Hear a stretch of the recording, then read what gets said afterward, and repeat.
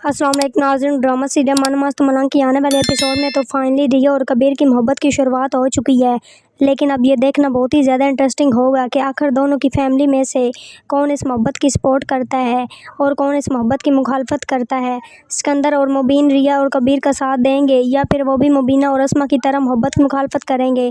दूसरी तरफ कबीर और रिया अब मिलकर कौन सा बड़ा कदम उठाने जा रहे हैं। अगर आप ये सब कुछ जानना चाहते हो तो आज की वीडियो को एंड तक ज़रूर देखिएगा।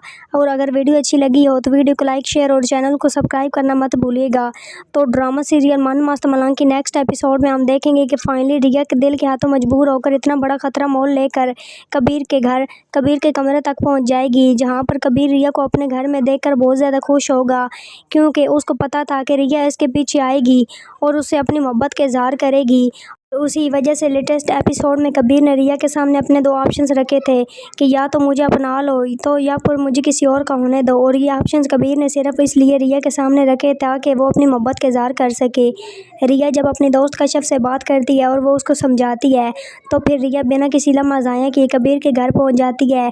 यहाँ पर हम देखेंगे कि फाइनली रिया अब कबीर से मोहब्बत का इजहार करने जा रही है, जहाँ पर वो सबसे पहले कबीर के सामने अपने सारे कंसर्न्स डिस्कस करेगी, क्योंकि रिया को लगता है अगर मैंने कबीर से अपनी मोहब्बत का इजहार कर दिया और मेरी फैमिली को पता चल गया तो वो लोग कहीं कबीर को कोई नुकसान ना पहुंचा दे, जिसकी वजह से रिया अब तक डरती रही।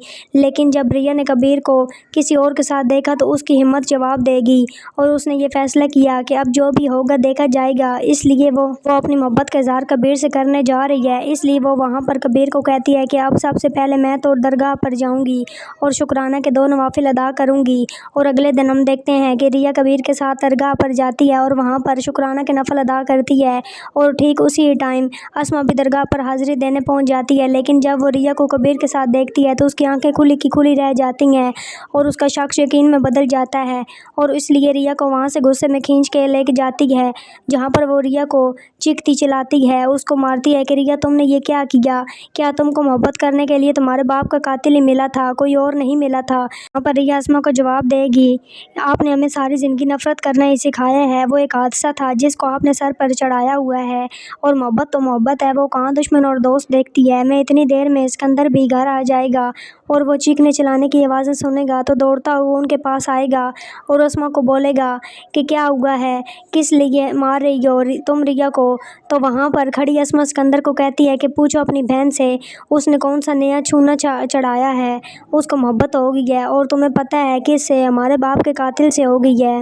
नाज़रीन कमेंट बॉक्स में अपनी कीमती राय का इज़हार ज़रूर करें और मुझे दी इजाज़त। अपना बहुत सारा ख्याल रखिएगा। फिर मिलेंगे कि नए टॉपिक के साथ। Thanks for watching my video. Picture दुआ में याद रखिएगा, अपना बहुत सारा ख्याल रखिएगा। अल्लाह निगहबान।